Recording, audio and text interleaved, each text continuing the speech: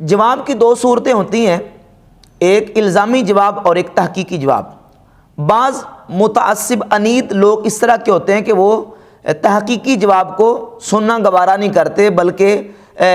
اس کو ٹال مٹول سے کام لیتے ہیں اور اس کو نہیں سمجھتے اور اس پر پھپتیاں کستے ہیں، ہنستے ہیں، مذاق اڑاتے ہیں۔ تو ان کا علاج یہ ہوتا ہے کہ ان کو پھر الزامی جواب سے چپ کروایا جائے۔ اب مرزا یہ تو کہتا ہے کہ میرا کوئی بزرگ نہیں، لیکن کم از کم اپنے سامنے جو کتابیں رکھی ہیں نا، بخاری، مسلم، ترمذی، ابو داؤد، ابن ماجہ، نسائی، کہتا ہے میرے تو بزرگ یہ ہیں جو سامنے میرے کتابیں پڑھی ہوئی ہیں۔ تو اب میں مرزا کو الزامی جواب دینے لگا ہوں۔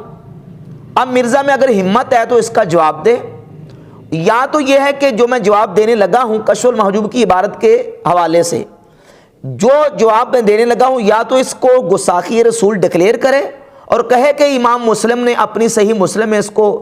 گستاخی کو ذکر کیا اور امام مسلم گستاخ رسول ہیں، یا پھر کم از کم اپنی زبان جو ہے وہ کشف المحجوب کے بارے میں بند رکھے۔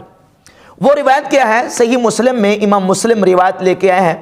3407، 3408 اور 3409 نمبر 3 روایت اوپر تلے لے کے آئے۔ اس باب کا عنوان امام نووی نے یہ قائم کیا ہے کہ اگر کسی عورت پر نظر پڑ جائے اور وہ اس کو پسند آ جائے تو اب پھر گھر میں آ کے اپنی بیوی سے صحبت کرے۔ اس روایت، اس جو عنوان ہے، اس کے تحت یہ تینوں روایت موجود ہیں، اور وہ تینوں روایت کیا ہیں؟ اس کا مضمون اور خلاصہ یہ ہے، حضرت جابر رضی اللہ تعالیٰ سے حدیث اس روایت کے راوی ہیں جو صحیح مسلم میں موجود ہے۔ اب صحیح مسلم کی اس روایت کو اور کشف المحجوب میں بیان کردہ روایت کو، دونوں کو آپ کمپیریزن کریں، تقابل کر کے دیکھیں کہ مرزا کی ڈاکٹرائن کے مطابق گستاخی کس میں زیادہ ہے اور اہانت رسول صلی اللہ علیہ وسلم جو مرزا کے بقول دعوے کے مطابق گستاخی ہے وہ کس میں زیادہ نکلتی ہیں۔ وہ روایت کیا ہے کہ رسول اللہ صلی اللہ علیہ وسلم کی کسی عورت پر نظر پڑ گئی۔ اب نبی علیہ الصلوۃ والسلام اپنے گھر میں تشریف لے کے آئے، سیدہ زینب رضی اللہ تعالیٰ عنہ اپنی زوجہ محترمہ سے صحبت فرمائی اور پھر اپنے اصحاب کی طرف نکل گئے اور اپنے اصحاب سے جا کے فرمایا کہ جب تمہاری کسی باہر عورت پر نظر پڑ جائے اور وہ تم میں سے کسی کو پسند آ جائے، اس کو بھلی لگے، اچھی لگے، اس کو بھا جائے۔ اب اسلام 360 کا ترجمہ نکال کے دیکھیں انہی روایات کا، اس کو بھا جائے تو اپنی بیوی سے آ کے صحبت کرے، اس کے دل سے خیال نکل جائے گا۔ اب یہ روایت جو ہے امام مسلم لے کے 3 طرق اس کے لے کے صحیح مسلم میں، اور السنن الکبریٰ للبہقی، امام بہقی کی کتاب جلد نمبر 7 صفحہ نمبر 90 پر امام بہقی نے عنوان کا قائم کیا۔ عنوان لکھتے ہیں، کہتے ہیں کہ باب ما یفعل اذا رأى من اجنبیۃ ما یعجبہ، جب کسی اجنبیہ کو کوئی شخص دیکھے اور وہ اس کو اچھی لگے تو اب وہ کیا کرے، اور اسی روایت کو لے کے ہے کہ اب وہ کیا کرے کہ اپنی بیوی کے ساتھ صحبت کرے تو اس کے دل سے خیال نکل جائے گا۔ اب یہ واقعہ جو امام مسلم نے بھی بیان کیا، امام بہقی نے السنن الکبریٰ میں بیان کیا کہ رسول اللہ صلی اللہ علیہ وسلم کی کسی اجنبیہ عورت پر نظر پڑی اور نبی علیہ الصلوۃ والسلام نے اپنے گھر میں آ کے سیدہ زینب کے ساتھ صحبت فرمائی اور پھر اپنے اصحاب کو فرمایا کہ جب کسی کی اجنبیہ عورت پہ نظر پڑ جائے اور اس کو پسند آ جائے، اچھی لگے، تو اب اپنی بیوی سے صحبت کر لے، دل سے خیال نکل جائے گا۔ اب مرزا کے دعوے کے مطابق یہ بات کرنا کہ نبی علیہ الصلوۃ والسلام کی کسی اجنبیہ پہ نظر پڑ گئی،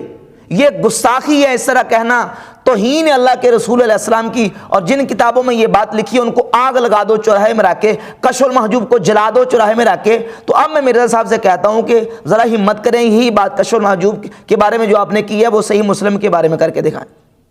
اگر ہمت ہے، اگر آپ بابی نہیں ہیں، علمی کتابی اپنے آپ کو کہتے ہیں، تو جو کتابیں آپ کے سامنے پڑھی ہیں ان کتابوں میں کشف المحجوب میں جو روایت کی طرف اشارہ کیا گیا ہے اس سے زیادہ آپ کے بقول، آپ کے دعوے کے مطابق زیادہ خطرناک روایت جو ہے وہ صحیح مسلم میں اس کے 3 طرق موجود ہیں۔ وہ کہتے ہیں، آپ کہتے ہیں نا کشف المحجوب پتہ نہیں وہ علی بن عثمان حجویری نے لکھی کہ نہیں لکھی، آپ کے بقول اگر لکھی ہے تو صحیح مسلم کے بارے میں تو مرزا صاحب آپ کا نظریہ ہے نا کہ یہ امام مسلم نے لکھی ہے، اور پھر یہ صحیح کتاب ہے، اس میں صحیح احادیث کو جمع کیا گیا ہے، ضعیف بھی نہیں ہے، موضوع من گڑت بھی نہیں ہے، تو یہ صحیح روایتیں آپ کے دعوے کے مطابق 3 طرق اس کے، اور السنن الکبریٰ بہقی میں بھی جو عنوان امام بہقی لے کے ہیں اس عنوان کو دیکھیں اور یہ واقعہ بھی پردہ فرض ہونے کے بعد کا لکھا گیا ہے۔ سیدہ زینب رضی اللہ تعالیٰ عنہ نبی کریم علیہ الصلوۃ والسلام کے نکاح میں جب آئیں تو پردہ اس وقت فرض ہوا، اس سے پہلے حجاب فرض نہیں ہوا تھا۔ کشف المحجوب میں جو روایت ہے نا اجنبیہ پہ نظر پڑنے کی، وہ تو پردہ فرض ہونے سے پہلے کی ہے اور یہ پردہ فرض ہونے کے بعد کی ہے۔ تو اب دیکھیں کہ آپ کے دعوے کے مطابق گستاخی صحیح مسلم میں زیادہ خطرناک ہے یا کہ کشف المحجوب میں زیادہ خطرناک ہے؟ اگر آپ علمی کتابی اور بابی نہیں ہیں تو پھر وہی فتویٰ صادر کریں صحیح مسلم کے بارے میں۔ تو یہ چیزیں ہم لوگوں کے سامنے اس طرح کی عوام کے سامنے ان کو ہم ہائی لائٹ نہیں کرتے۔ یہ مجبوراً الزامی طور پہ اس طرح کے لوگوں کا منہ بند کروانے کے لیے جو بڑا بڑا منہ کھول کے صوفیہ اور اولیاء اللہ اور اسلام کے خادمین پر اپنی زبانیں کھولتے ہیں، ان کا منہ بند کروانے کے لیے یہ چیزیں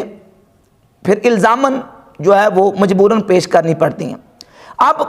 کشف المحجوب پر سیدنا داتا گنج بخش علی جوہری رحمۃ اللہ کی ذات گرامی قدر پر آج تک جتنے اہل سنت کا نام لینے والے فرقے ہیں، دیوبندی، اہل حدیث اور اہل سنت و جماعت بریلوی، تمام مکاتب فکر کا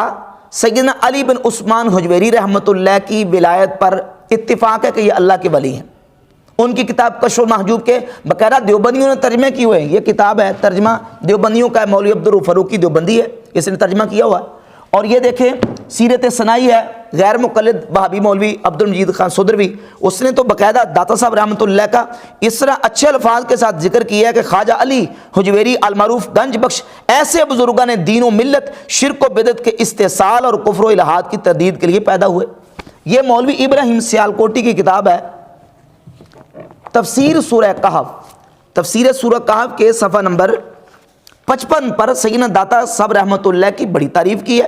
اسی طریقے سے یہ کتاب سراج منیرہ ہے، اس کے صفحہ نمبر 29 پر سیدنا داتا صاحب رحمۃ اللہ کی مولوی ابراہیم میر سیالکوٹی نے تعریفیں کی ہیں۔ تو یہ آج تک